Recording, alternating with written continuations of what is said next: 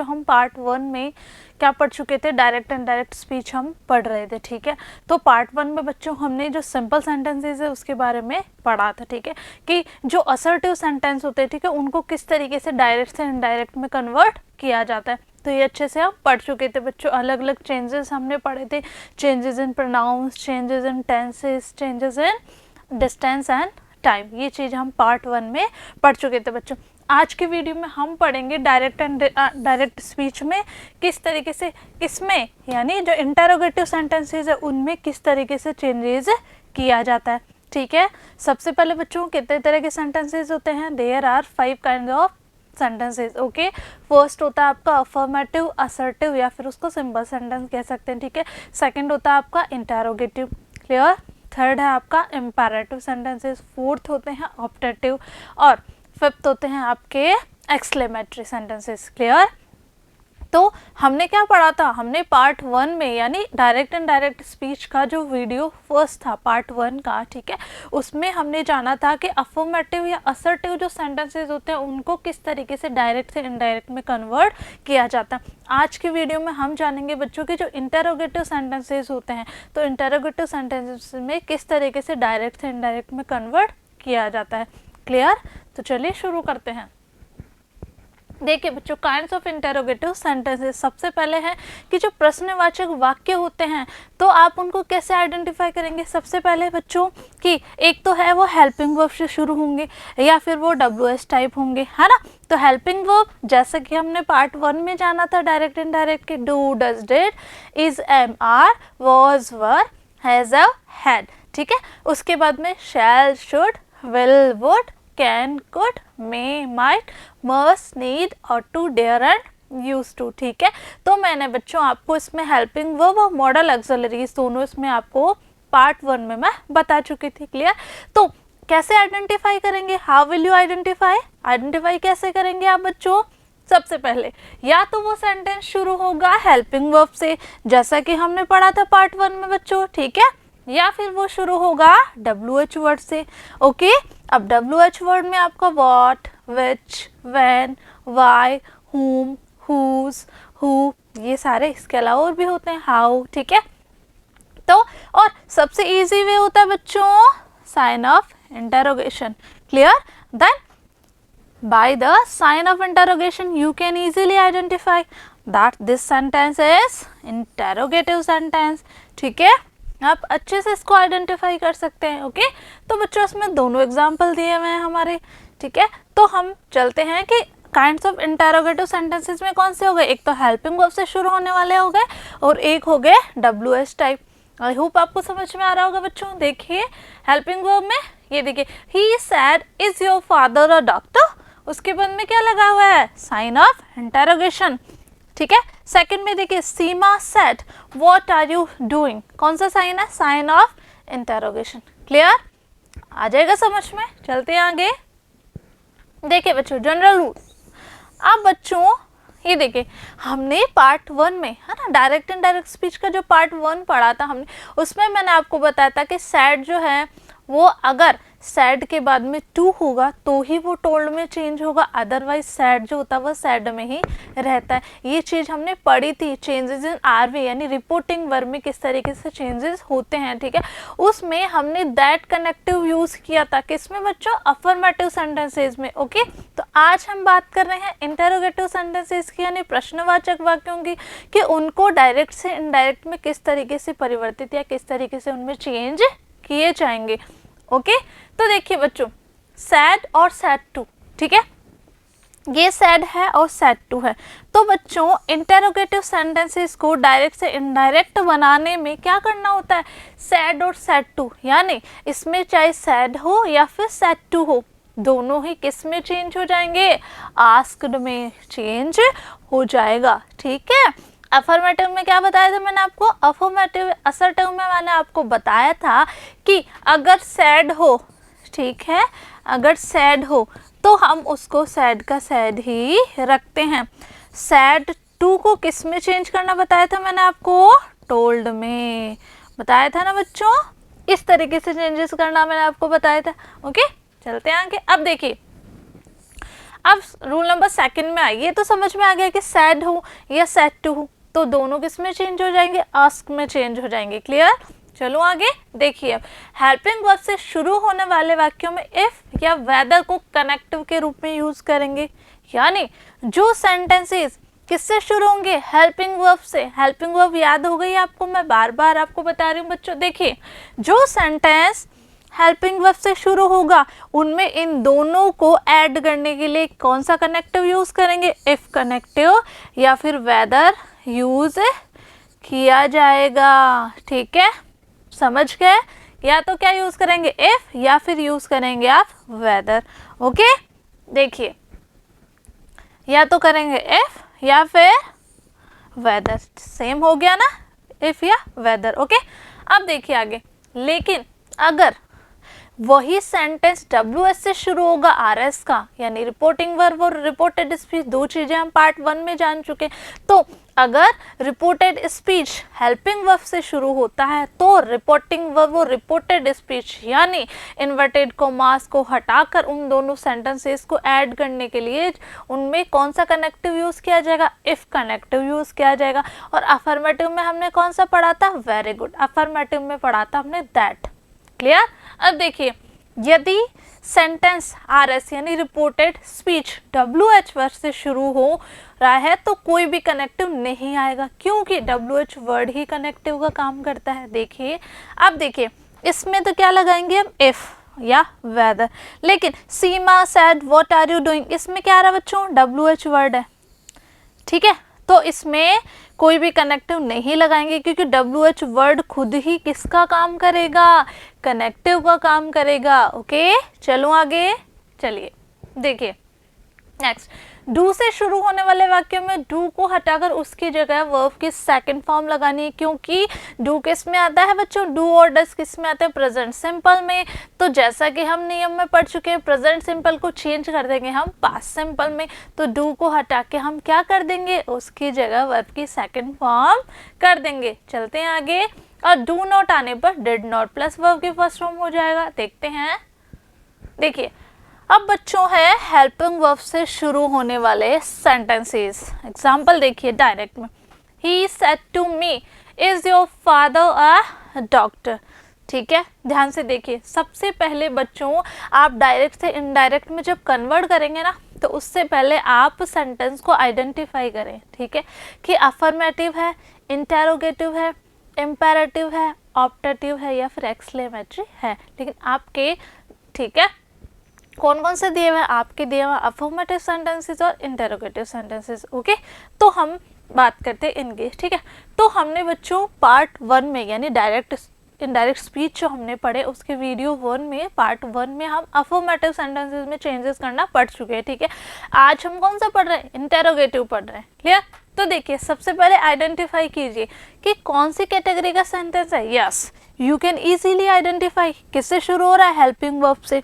तो हमने वीडियो जब शुरू किया था बच्चों, तो क्या बताया था मैंने आपको, काइंड्स ऑफ इंटेरोगेटिव सेंटेंसेस किस तरीके से शुरू होते हैं, दो तरीके से, या तो हेल्पिंग वर्ब से शुरू होगा या फिर किससे शुरू होगा, WH वर्ड से। ठीक है, अब फिर से मैं आपको बताती हूँ बच्चों, ये क्या है, RV है ना, रिपोर्टिंग वर्ब, और इन्वर्टेड कोमा के अंदर जो है ये कौन सा पार्ट है, RS यानी रिपोर्टेड स्पीच। और जितने भी चेंजेस होंगे वो किस में होंगे, रिपोर्टेड स्पीच में होंगे, जैसे कि हम पढ़ते आ रहे हैं। ठीक है, RV में क्या चेंज होगा, रिपोर्टिंग वर्ब में सिर्फ सेड टू ही चेंज होता है, से, सेज, है ना, सेड टू जो आते हैं वही चेंजेस होते हैं। ठीक है, तो हम पढ़ चुके हैं कि इसमें सेड टू किस में चेंज होगा, आस्क्ड में। ठीक है, और अफर्मेटिव में किस में चेंज होता है, टोल्ड में। क्लियर? तो देखिए, हमें समझ में आ गया कि कौन सा सेंटेंस है, ये इंटेरोगेटिव, क्योंकि साइन ऑफ इंटेरोगेशन लगा हुआ है, हेल्पिंग वर्ब से भी शुरू हो रहा है, तो आप इजीली इसको आइडेंटिफाई कर सकते हैं। तो देखिए, ये हमने रख दिया क्योंकि इसके सब्जेक्ट या ऑब्जेक्ट में चेंजेस नहीं होंगी। ठीक है, इसमें सेड टू चेंज होगा, सेड टू किस में कर दिया, आस्क्ड में। ओके, मी हमने रख दिया, यहाँ तक आ गया। RV में देखिए, पहले सबसे पहले सेड टू को ही चेंज करेंगे सिर्फ, तो सेड टू किस में चेंज हो गया, आस्क्ड में। क्लियर?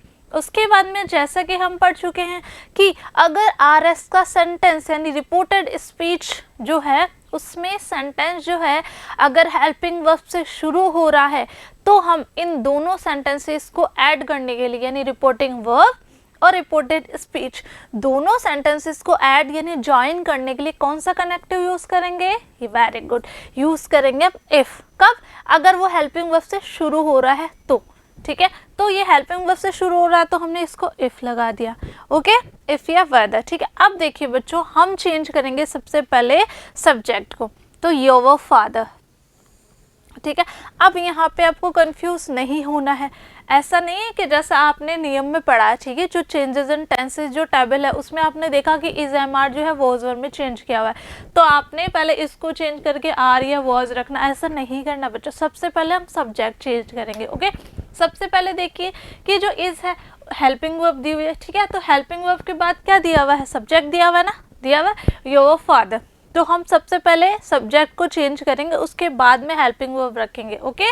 तो देखिए, ठीक है, योर फादर आ गया, ठीक है। योर किसकी फैमिली में से? यू के में से। कैसे आइडेंटिफाई करेंगे? यहाँ पे लिख लेते हैं यू, योर और यू, इसी तरीके से बनाते हैं ना, है ना।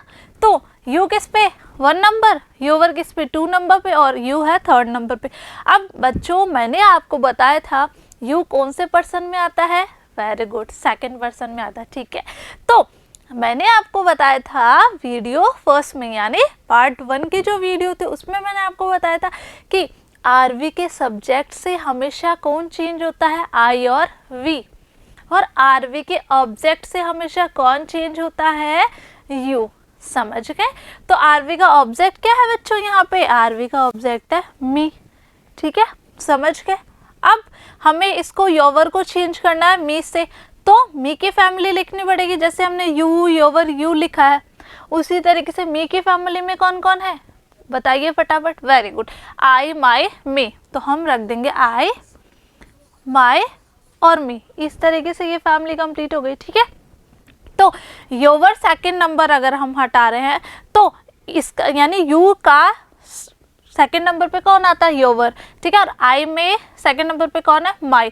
तो हमने जब यहाँ से 2nd नंबर हटाया तो हम यहाँ पे क्या रख देंगे? माई। समझ गए? इस तरीके से माई और फादर एज इट इज आ जाएगा, ओके। माई फादर हो गया, क्लियर। अब माई फादर सिंगुलर, तो यूज करेंगे हम वॉज अ डॉक्टर, और इंटरोगेशन मार्क हटा के हमने रख देना है यहाँ पर फुल स्टॉप। आई होप बच्चों अच्छे से समझ में आ रहा होगा आपको, ठीक है। तो इस तरीके से हमें चेंजेस कर देना है, ठीक है। आगे चलते हैं बच्चों, देखिए 2nd, she said to me will you help me. देखिए शी आस्क्ड मी, देखिए सेड टू किस में हो गया? आस्क्ड में, ठीक है। फिर कनेक्टिव लगा दिया हमने इफ। अब फिर यू को चेंज कर देंगे यहाँ से, ओके। अब ध्यान से देखिए वहाँ पे योवर था, ठीक है, तो योवर 2nd नंबर पे था, तो मी का 2nd था, माई, तो हमने माई रख दिया। लेकिन यहाँ पे तो यू फर्स्ट है ना, ठीक है, तो इसमें मी में आ गया आई, तो हमने यहाँ कर दिया है आई, ठीक है। विल का हम क्या कर देंगे? वुड, और हेल्प और हर, यानी मी जो है इसमें दोनों, ठीक है। अब मी किससे चेंज हो जाएगा? मी हो गया है यहाँ से चेंज। फिर से देखिए ध्यान से इस सेंटेंस को बच्चों, she said to me will you help me, clear. इसमें यू और आई वाला दोनों एग्जाम्पल दिए हुए हैं, ध्यान से समझना आपको। शी हमने ऐसे रख दिया, सेड टू हमने चेंज कर दिया आस्क्ड में, क्लियर। उसके बाद में मी है, ओके। दोनों सेंटेंसेस को ऐड करने के लिए कौन सा कनेक्टिव यूज करेंगे हम? इफ, क्योंकि हमारा जो आरएस का सेंटेंस है वो शुरू हो रहा है किससे? हेल्पिंग वर्ब से, क्लियर। मॉडल ऑक्सिलरीज, तो विल आ गया, ओके। अब देखिए मैंने आपको बताया था सब्जेक्ट चेंज करेंगे तो यू है, ठीक है। यू किस पर्सन में आता है? 2nd पर्सन में, ठीक है। तो 2nd पर्सन चेंज होगा आरवी के ऑब्जेक्ट से, क्लियर। तो आरवी का ऑब्जेक्ट क्या है? मी, ठीक है। अब मी की फैमिली में जाइए आप, मी, माई और आई, ठीक है। आई, माई, मी होता है ना, ठीक है, ऊपर लिखा हुआ ना, तो हमने यहाँ पर आई कर दिया है, ओके। उसके बाद में विल का वुड और हेल्प। अब मी किसके फैमिली में आता है? आई के में आता है ना, ठीक है। और आई और वी कहाँ से चेंज होते हैं? हमेशा आरवी के सब्जेक्ट से। सब्जेक्ट में क्या दिया हुआ है? शी, ठीक है। लेकिन वहाँ पे मी ऑब्जेक्ट का काम कर रहा है ना, इसलिए शी का ऑब्जेक्ट क्या बनाएंगे हम? शी, हर, हर, तो हमने हर यहाँ पर लिख दिया है, ओके। ये आपको बहुत अच्छे से समझ में आएगा बच्चों, और बहुत अच्छे से आप इनको कर पाएंगे। लेकिन उससे पहले आपको जितने भी चेंजेस हैं चेंजेस इन टेंसेस, प्रोनाउंस, जितने भी नियम है ना वो सारे पहले याद करने होंगे अच्छे से। उसके बाद you can easily change the sentences from direct to indirect. Okay, चले आगे। देखिए बच्चों, अब WH टाइप है, वो आपको हेल्पिंग वर्ब वाले बताए थे मैंने। अब हम बढ़ेंगे WH वाले की तरफ। ओके, देखिए example, Rekha said to her brother, ठीक है, रेखा ने क्या कहा, Rekha said to her brother where are you going, ठीक है। You can easily identify this sentence by WH word and sign of interrogation. Clear? चलें, अब देखिए, Rekha asked, said to asked में हो जाएगा जैसा कि हम पढ़ते हैं। अब मैंने आपको बताया था कि जो RS का सेंटेंस अगर WS से शुरू हो रहा है ना, ठीक है, तो उसमें कनेक्टिव नहीं लगेगा, कनेक्टिव का काम वो खुद ही करेगा। कौन? WH word. तो हमने वेयर यहाँ पर रख दिया, ठीक है, यहाँ कैपिटल था, यहाँ स्मॉल हो गया। क्लियर? अब वेयर के बाद में क्या है बच्चों? हेल्पिंग वर्ब है, लेकिन हमें सबसे पहले क्या देखना है? सब्जेक्ट चेंज करना है हमें। तो क्या दिया हुआ है? यू, है ना। और यू बच्चों जैसा कि मैंने बताया सेकंड पर्सन से बिलोंग करता है, सेकंड पर्सन है यू, ठीक है, तो वो किससे चेंज होगा? वेरी गुड, आरवी के ऑब्जेक्ट से। तो चलिए, आरवी का ऑब्जेक्ट क्या है? हाँ, ब्रदर, ब्रदर, ठीक है, मेल, तो उसके लिए क्या हो जाएगा? ब्रदर के लिए ही, ठीक है, हो गया ना। Rekha asked her brother where are you going. अब उसने पूछा, रेखा ने क्या पूछा अपने भाई से कि वो कहाँ जा रहा है, तो रेखा आस्क्ड हर ब्रदर हो गया वेयर। अब यू चेंज हो गया हर ब्रदर से, तो ही हो गया। ओके, और इज MR हो गया वॉज वर्ब में, तो ही के साथ वॉज और गोइंग। आ गया समझ में? आगे चलो, नेक्स्ट देखिए, mother said to me when will you go to school, ठीक है। तो देखिए आगे है, mother asked me, same set to किस में कर देंगे? आस्क में। कनेक्टिव क्या लग जाएगा? वैन ही हो जाएगा। अब यू है ना, तो यू कहाँ से चेंज करेंगे? यहाँ से, ऑब्जेक्ट से, ठीक है। मी का सब्जेक्ट क्या है? आई, तो हमने क्या कर दिया? आई। विल का वुड, ठीक है, गो एज इट इज रह जाएगा, टू स्कूल रह जाएगा। ओके, इस तरीके से आपको कंप्लीट करने हैं। आगे चलती हूँ। देखिए बच्चों, अब है डू या डू नॉट से शुरू होने वाला सेंटेंसेस इसी में, ठीक है।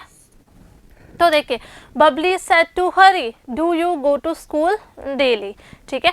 तो सेड टू किस में हो जाएगा? आस्क में। अब बच्चों यहाँ पे है, ठीक है, बबली, ठीक है, यहाँ पे बबली हो जाएगा। ओके, ये मिस प्रिंट हो गया, तो यहाँ पे हमें कर देना है बबली। ओके, ठीक है। तो बबली आस्क्ड हरी, कनेक्टिव क्या लग जाएगा? इफ, क्योंकि हेल्पिंग वर्ब से शुरू हो रहा है। सेम यू चेंज हो जाएगा हरी से, हरी इज ए बॉय, तो हमने ही यूज कर दिया उसके लिए, ठीक है। आगे गो, गो किसको सेकंड फॉर्म में चेंज करेंगे? डू हटा दिया तो वेंट, ठीक है, और टू स्कूल डेली, ठीक है। तो Babli asked Hari if he went to school daily. Next चलते हैं आगे, she said to you do you not play football, तो शी आस्क्ड यू हो गया इफ, फिर यू यहाँ से एज इट इज यू रह जाएगा, यू डू नॉट को कर देंगे डिड नॉट में, you did not play football. Okay, चले आगे। देखिए बच्चों, ये है आपके एग्जाम्पल, आपका चैप्टर 3 है ना, ग्लिम्पसेस ऑफ द पास्ट, ठीक है, अतीत की झलकियाँ। तो उनमें से जो पेज नंबर 46 पे ये आपके क्वेश्चन दिए हुए हैं, ठीक है। तो आपको इस तरीके से करने हैं। देखिए, change the following sentences into indirect speech. First देखिए, we must educate our brothers. Second है, and try to improve their material conditions. Third man है, for that we must convey our grievances to the British parliament. Changes देखिए बच्चों, the first man said that they must educate their brothers, तो इस तरीके से changes कर देने हैं, ठीक है।